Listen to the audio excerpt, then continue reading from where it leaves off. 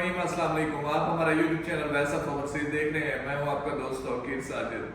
دوستو کافی معلومات آپ دوستوں سے شیئر کرنی تھی جو چھوٹی ویڈیو میں ہم اپلوڈ نہیں کر سکتے تھے, اس لیے آج ہمیں یوٹیوب پہ آنا پڑا.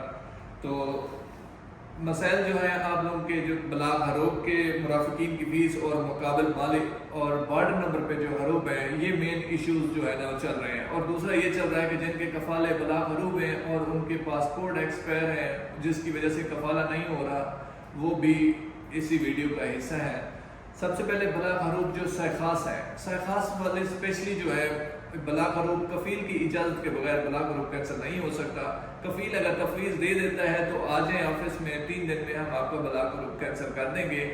اور جو دوست بلاغ حروف ہیں مسسے کے ہیں اور وہ آگے ٹرانسفر لینا چاہتے ہیں اور ان کی فیسیں پرانی آ رہی ہیں, تو ایک فیس لازمی پیڈ کرنی ہوگی اور باقی فیسیں جو ہے نا وہ ختم ہو جائیں گی.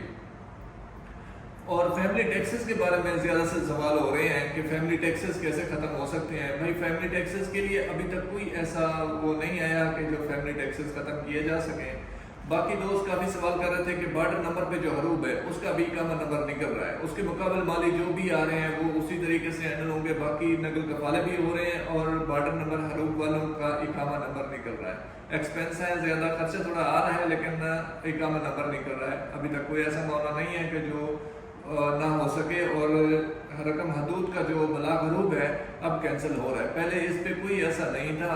اور سائخاص عمل منزلی کے اسپیشلی وکالوں کے بارے میں بھی دوست صاحب پوچھ رہے تھے. سائخاص عمل منزلی کے وکالے اوورال بند ہیں, لیکن بلیک پہ کوئی ایجنٹس وغیرہ کر رہے ہیں وکالے, لیکن اس کی کاسٹ بہت زیادہ ہے. اور جو دوست نقل کفالہ کروانا چاہتے ہیں فردی مؤسسہ میں یا فردی مؤسسہ کا کوئی کسی دوست کو ویزا چاہیے ہو تو وہ آفس تشریف لائے.